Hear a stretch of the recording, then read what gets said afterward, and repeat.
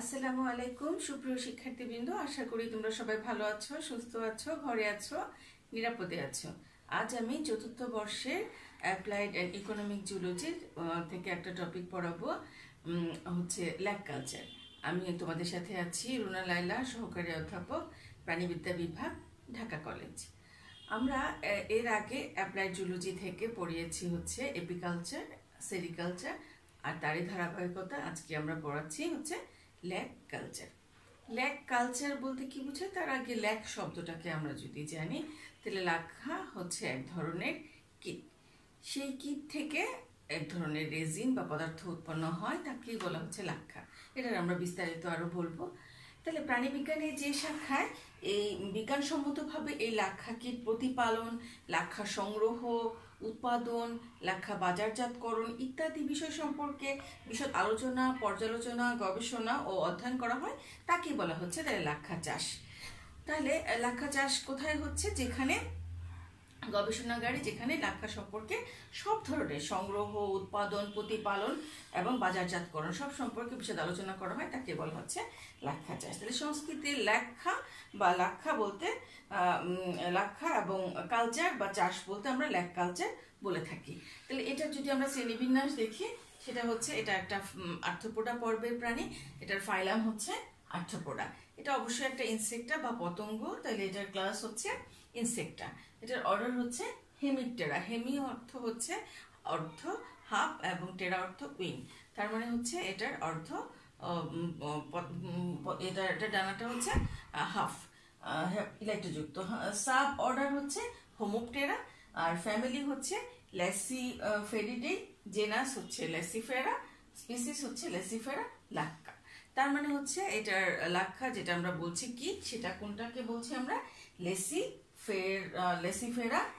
লেসিফার, এখানে আন্ডারলাইন হবে, লেসিফার লাক্ষা। এই হচ্ছে লাক্ষা, যে কীটটা, সেখান থেকে আমরা এই উপাদানটা পাই। তাহলে আমরা লাক্ষা কীটের তো হোয়াট ইজ ল্যাক যদি আমরা দেখি, তাহলে আমরা চলো আমরা বোর্ডে দেখে আসি হোয়াট ইজ ল্যাক। লাক্ষা কীট, তাহলে হোয়াট ইজ লাক্ষা? লাক্ষা কীট এক ধরনের পরজীবী পতঙ্গ। আমরা দেখলাম এটা একটা ইনসেক্ট। লাক্ষা কীট সাধারণত পরজীবী। তাহলে পরজীবী কোন কোন গাছের উপরে পরজীবী হিসেবে থাকে? কুসুম, পলাশ, কুল, খয়ের এবং বাবলা। আমরা এই গাছগুলোর নাম নিশ্চয়ই জানি। ইত্যাদি উদ্ভিদে পরজীবী হিসেবে বাস করে। লাক্ষা কীট আণুবীক্ষণিক আইস বিশিষ্ট একটা পতঙ্গ। তার মানে এটা মাইক্রোস্কোপিক, অবশ্যই এটা হচ্ছে এটার গায়ে আইস থাকে। এসব কীট ইউরোপ ছাড়া পৃথিবীর সর্বত্র বিস্তৃত। তার মানে ইউরোপে এই লাক্ষা কীট পাওয়া যায় না। এদের দেহত্বকের নিচে অবস্থিত হাইপোডার্মা গ্রন্থি থেকে রজন জাতীয় এক ধরনের আঠালো পদার্থ নিঃসৃত হয়। এই আঠালো পদার্থ বাতাসের সংস্পর্শে এসে শক্ত আকার ধারণ করে এবং লাক্ষা কীটের দেহকে আবৃত করে রাখে।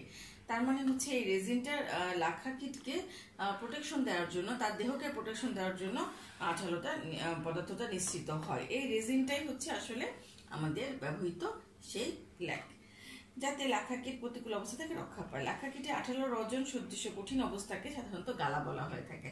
তার মানে আমরা যে লাক থেকে লাক্ষা পেয়ে থাকি, সেটা আমরা গালা হিসেবে চিনি, যেগুলো আমাদের অফিস আদালতে অনেক সময় বার্নিশ করার ক্ষেত্রে ব্যবহৃত হয়। আমরা যখন কোনো কিছুতে সিল গালা ব্যবহার করি, সেই যে সিল এবং গালা, সেই গালা হচ্ছে লাক্ষা থেকে পেয়ে থাকি। 3 লক্ষ লাক্ষা কীটের মাধ্যমে 1 কেজি লাক্ষা পাওয়া যায়। তার মানে এটা অনেক বেশি পরিমাণে লাক্ষা পাওয়া যায় না। এটা 3 লক্ষ লাক্ষা কীটের মাধ্যমে 1 কেজি লাক্ষা। তার মানে হচ্ছে অনেক বেশি পরিমাণে লাক্ষা কীটের প্রয়োজন হয়। এরপরে আমরা চলে যাই, আমরা বলেছি অবশ্য what is lac culture. Lac culture সম্পর্কে আমরা বলেছি যেখানে প্রাণীবিজ্ঞানের যে শাখা, এই লাক্ষা সম্পর্কে লাক্ষার বিজ্ঞানসম্মতভাবে কীট পালন, লাক্ষা সংগ্রহ, উৎপাদন এবং লাক্ষা বাজারজাতকরণ ইত্যাদি বিষয় সম্পর্কে পর্যালোচনা করা যায়, তাকে বলা হচ্ছে ল্যাক কালচার। এটা যদি আমরা ইতিহাস দেখে আসি, যে হিস্ট্রি অফ ল্যাক কালচার, তাহলে লাক্ষা চাষ শুরু হয়েছিল অনেক বহু বছর আগে। যেমন বাংলাদেশ এবং ভারতে শেয়াকুল এবং কুল গাছে লাক্ষা চাষ করা হয়। অষ্টাদশ শতাব্দীতে লাক্ষা সম্পর্কে বৈজ্ঞানিক ধারণা পথে এবং আমাদের উপমহাদেশে এই লাক্ষা সম্পর্কে চাষ হয়ে আসে। বাংলাদেশের চাঁপাইনবাবগঞ্জ এবং রাজশাহী জেলায় প্রচুর লাক্ষা চাষ হতো। তবে বর্তমানে মানে খুব বেশি পরিমাণে রাজশাহী জেলায় এবং তালাইমারি এলাকায় কুটির শিল্প আছে। সম্ভবত 4000 বছর আগে চীনে লাক্ষা চাষ হয়েছে, এটা আমাদের ইতিহাসে দেখা যায়। তাইলে এরপরে হচ্ছে লাক্ষা ল্যাক প্রডিউসিং কান্ট্রি, লাক্ষা উৎপাদনকারী এখন দেশগুলো কি কি আছে? প্রধানত ভারত লাক্ষা উৎপাদনকারী দেশ হলো Bangladesh, Pakistan, Sri Lanka, Java, Indonesia, Malaysia, চীন, বর্নিও, থাইল্যান্ড, মিয়ানমার ইত্যাদি দেশে লাক্ষা চাষ হয়ে থাকে। তবে ভারতেই সর্বাধিক পরিমাণে লাক্ষা উৎপাদিত হয়। বাংলাদেশের রাজশাহী এবং বগুড়া জেলায় অন্যান্য স্থানেও লাক্ষা চাষ হয়ে থাকে। বাংলাদেশে 300 হেক্টর জমিতে প্রায় লাক্ষার চাষ হয়ে থাকে। বাংলাদেশে লাক্ষার চাহিদা 1200 মেট্রিক টন হলেও উৎপাদন হয় মাত্র 180 মেট্রিক টন। তার মানে আমাদের চাহিদার তুলনায় লাক্ষা চাষ কম হয়ে থাকে। এবার যদি আমরা এটা লাইফ সাইকেল দেখে থাকি, লাইফ সাইকেল বা জীবন চক্র বলতে আমরা কি বুঝাই? যে একটা প্রাণী তার হচ্ছে একদম জীবনের শুরু থেকে শেষ পর্যন্ত কতগুলো ধাপ অতিক্রম করে আসে। যেমন আমরা এর জীবনচক্রের ক্ষেত্রে দেখি যে এটা প্রথমে ডিম, এরপরে লার্ভা বা নিম্ফ, এরপরে পিউপা এবং এরপরে পূর্ণাঙ্গ দশা, এই 4টা দশার মাধ্যমে তার জীবনচক্র সম্পন্ন করে থাকে। তাহলে আমরা এর জীবনচক্রটা দেখে আসি। লাইফ সাইকেলের আগে আমরা একটু ওখানে দেখে আসি ক্যারেক্টারিস্টিক্স অফ লাক্ষা, লাক্ষার বৈশিষ্ট্যগুলো কি কি। লাক্ষা সাধারণত আঠালো গুণ সম্পন্ন হয়ে থাকে, যেটা আমরা একটু আগে বলেছি। রেজিন হচ্ছে আঠালো জাতীয় পদার্থ এবং এই লাক্ষা অ্যালকোহল এবং অ্যামোনিয়াতে দ্রবণীয়, কিন্তু পানিতে অদ্রবণীয়। তার মানে হচ্ছে অ্যালকোহল অ্যামোনিয়াতে দ্রবণীয়, পানিতে অদ্রবণীয়। এটা 80 ডিগ্রি সেলসিয়াস তাপমাত্রায় গলে যায়। এটা সাধারণত 80 ডিগ্রি সেলসিয়াস তাপমাত্রা গলে যায়। বিদ্যুৎ কুপরিবাহী, এটাকে বলা হচ্ছে বিদ্যুৎ কুপরিবাহী এবং বাতাসের সংস্পর্শে কঠিন ও শক্ত পদার্থে রূপান্তরিত হয়। তার মানে হচ্ছে এটা কি রকম? বাতাসের সংস্পর্শে দেখা যায় যে এটা কঠিন এবং শক্ত পদার্থে পরিণত হয়। এবার আমরা লাক্ষার রাসায়নিক উপাদান দেখে আসি।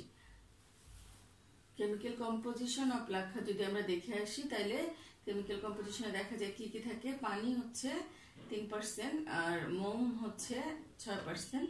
খনিজ পদার্থ থাকে 3 থেকে 7%। তার মানে হচ্ছে পানি সবচেয়ে কম থাকে, মোম থাকে 6%, খনিজ পদার্থ থাকে 3 থেকে 7%, রঞ্জক পদার্থ থাকে 2 থেকে 10%, অন্যান্য পদার্থ থাকে অ্যালবুমিন 5 থেকে 10% এবং অ্যালিউরাইটিক অ্যাসিড সমৃদ্ধ রঞ্জক বস্তু থাকে 68 থেকে 90%। তার মানে সবচেয়ে বেশি পরিমাণে থাকে হচ্ছে এই অ্যালিউরাইটিক অ্যাসিড সমৃদ্ধ রঞ্জক বস্তু, যেটা 68 থেকে 90% পর্যন্ত থাকে।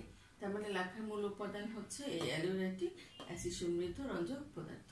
তাহলে পানি, মোম, খনিজ পদার্থ, এরপর আছে রঞ্জক পদার্থ 2 থেকে 10% এবং অন্যান্য পদার্থ অ্যালবুমিন 5 থেকে 10%, অ্যালিউরেটিক সমৃদ্ধ রঞ্জক 68 থেকে 90% পর্যন্ত। এবার আমরা যদি এই জীবনচক্র দেখে থাকি, আমরা একটা রাফলি ছবি এঁকেছি। আমাদের এত সুন্দর করে ছবি আঁকার সময় হয় না, আমরা তবুও চেষ্টা করেছি। যদি আমরা ডিমের কথা বলি, শ্রীলাক্ষা কি সাধারণত অক্টোবর থেকে নভেম্বর মাসে ডিম পেড়ে থাকে। শ্রীলাক্ষা কি যেসব ডিম পারে সেসব ডিম নিষিক্ত হতে পারে বা অনিষিক্ত হতে পারে। এরা সর্বোচ্চ 1000টি ডিম পেড়ে থাকে। ডিম পাড়ার সময় শ্রীলাক্ষা কীটরা সাধারণত মারা যায়। তাইলে এখানে আমরা স্ত্রী আর পুরুষ লাক্ষাকে আবার সে সংক্ষেপে দেখানোর চেষ্টা করেছি। এরপরে এর থেকে ডিম থেকে যেটা হয় সেটাকে আমরা লার্ভা বলি বা নিম্ফ বলে থাকি। অনিষিক্ত ডিম, লাক্ষা কীটে অনিষিক্ত ডিম থেকে পার্থেনোজেনেসিস প্রক্রিয়া লার্ভা বা নিম্ফ উৎপন্ন হয়। তার মানে এখানে 2 ধরনের দেখা যায় নিম্ফ বা লার্ভা, একটা অনিষিক্ত ডিম থেকে আর একটা হচ্ছে নিষিক্ত ডিম থেকে। নিষিক্ত ডিম থেকে পরিণত ডিম হতে 7 থেকে 10 দিনের মধ্যে লার্ভা বেরিয়ে আসে।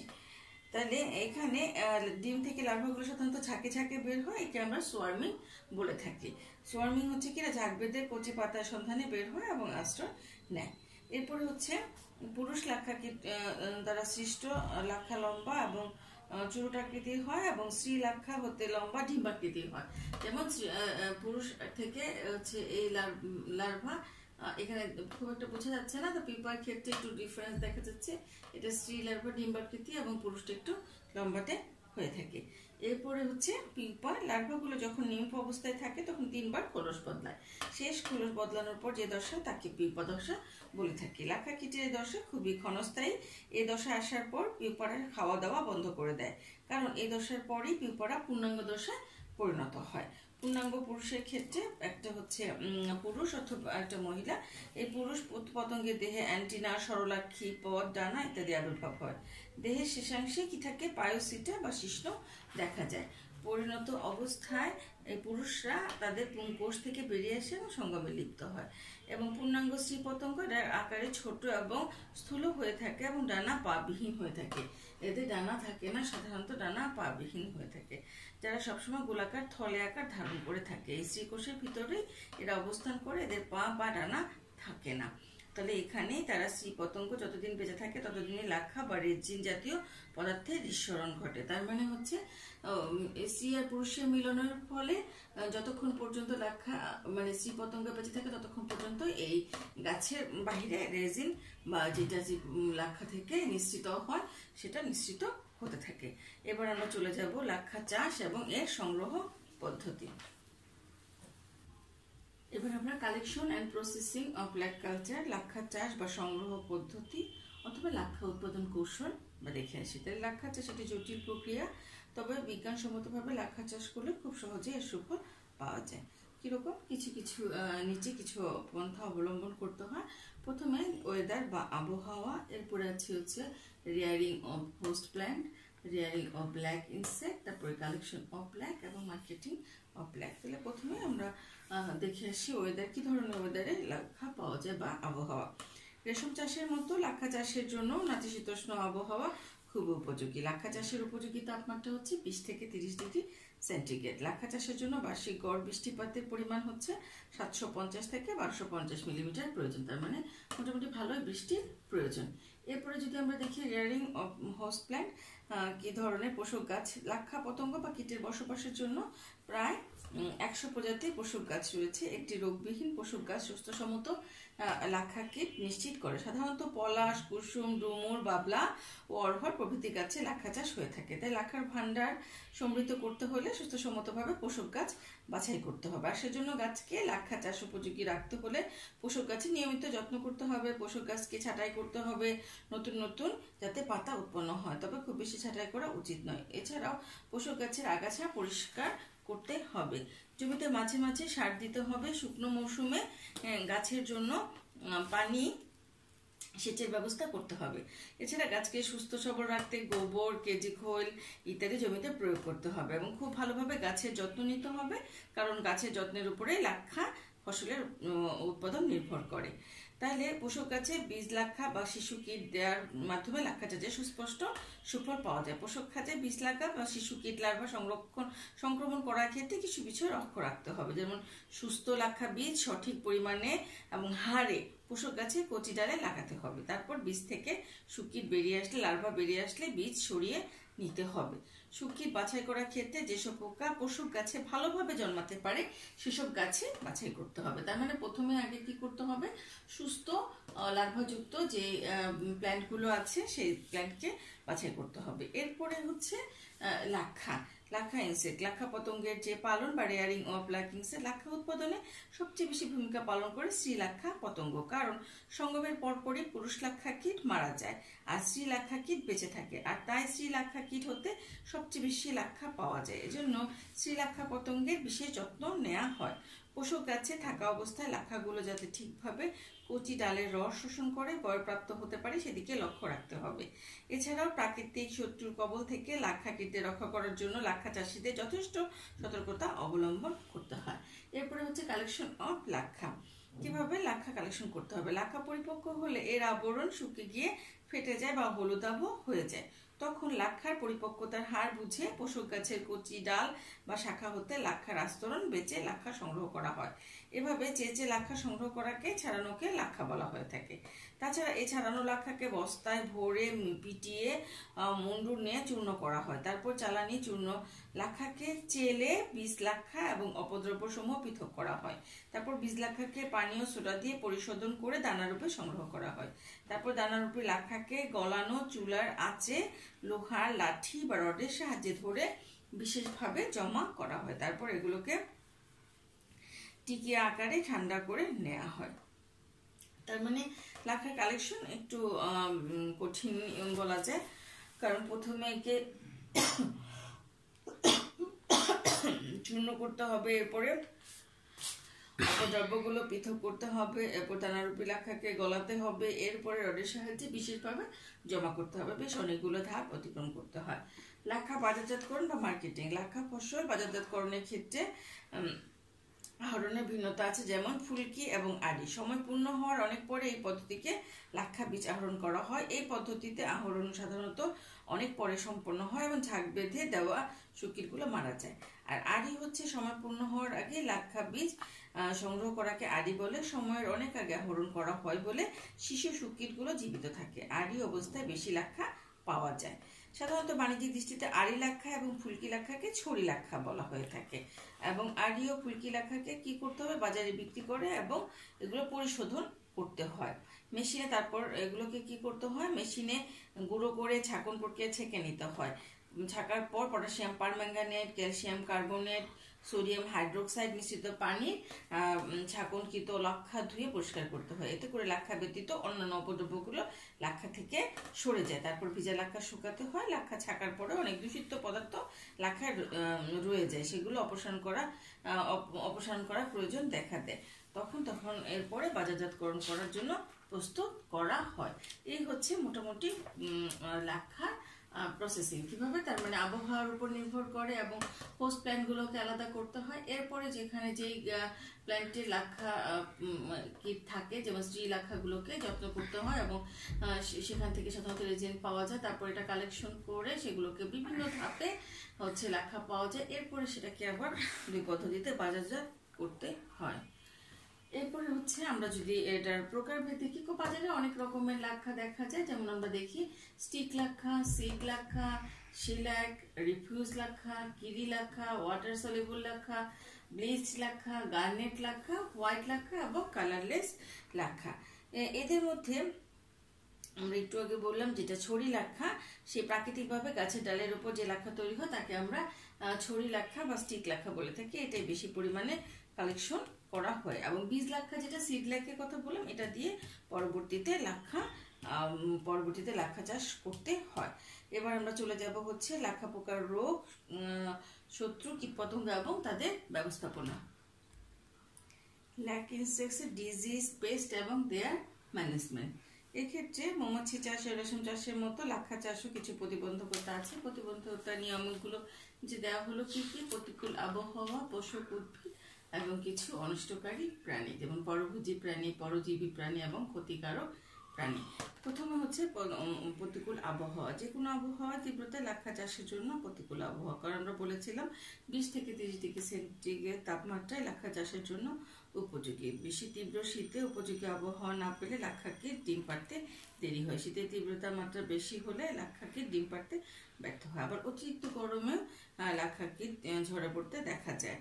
এবং ঝড়া বৃষ্টিতে, কালবৈশাখী ঝড়ে তাণ্ডবে পোষক উদ্ভিদ ভেঙে গেলে সেই কারণে লাক্ষা ব্যাহত হয়। জন্য প্রতিকূল আবহাওয়া লাক্ষা চাষের জন্য অনেক বেশি জরুরি। এরপরে আমরা পোষক উদ্ভিদগুলোর নাম বলেছিলাম 14টা উদ্ভিদ কি কি, পলাশ, কুসুম, বাবুল, শিশু, শাল, বট, পাকাপি, পিপল, আম, বীর, টকে, ঘন্ট, গুলার, খয়ের, এইসব ধরনের উদ্ভিদে হচ্ছে লাক্ষা চাষের একটি গুরুত্বপূর্ণ পোষক উদ্ভিদ। এইসবের ক্ষেত্রে অনেক সময় যে দেখা যায় যে রোগমুক্ত পোষক উদ্ভিদ মানে রোগমুক্ত লাক্ষা কীট, তার মানে পোষক উদ্ভিদগুলোরও যত্ন নিতে হয়। এরপর হচ্ছে অনিষ্টকারী প্রাণীরা। যেসব প্রাণীরা লাক্ষাদের ক্ষেত্রে ক্ষতিকর করে থাকে তাদেরকে আমরা 3 রকমের দেখে থাকি: পরভোজী প্রাণী, পরজীবী প্রাণী এবং ক্ষতিকারক প্রাণী। পরভোজী প্রাণীদের যারা কীটদের খাদ্য হিসেবে ভক্ষণ করে থাকে, যেমন ইউব্লেমা অ্যামাবাইলিস মরি, যেটা সাদা মথ বলে থাকি, হলোসেরা পালভেরিয়া, যেটা কালচে মথ বলে থাকি, ক্রাইসোপা স্পিসিস, এবং বিভিন্ন ধরনের মথের শুঁয়োপোকা লাক্ষা কীটদের খাদ্য হিসেবে ভক্ষণ করে থাকে।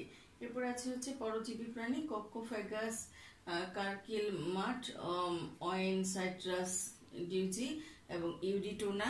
এরপরে আছে হচ্ছে টেট্রাস্টিকাস পারপেনাস এই ধরনের কিছু পরজীবী আছে যারা কি করে যেসব প্রাণীরা লাক্ষা কোষের মধ্যে বসবাস করে, লাক্ষা কোষের ক্ষতি করে, এবং সেসব প্রাণীদের পরজীবী প্রাণী বলা হয়ে থাকে। এসব পরজীবী প্রাণীর কারণে লাক্ষা কোষ এবং লাক্ষা কীট উভয়ই ক্ষতিগ্রস্ত হয়। এরপরে আছে হচ্ছে ক্ষতিকারক প্রাণী। ক্ষতিকারক প্রাণীদের মধ্যে আছে হচ্ছে অ্যাসপিডোডায়োটাস আর টার্মাইট, কিছু কককিট এবং কিছু হপার। এবার আমরা দেখে আসি এটার নিয়ন্ত্রণ, ব্যবস্থাপনা এবং লাক্ষা চাষের অর্থনৈতিক গুরুত্ব।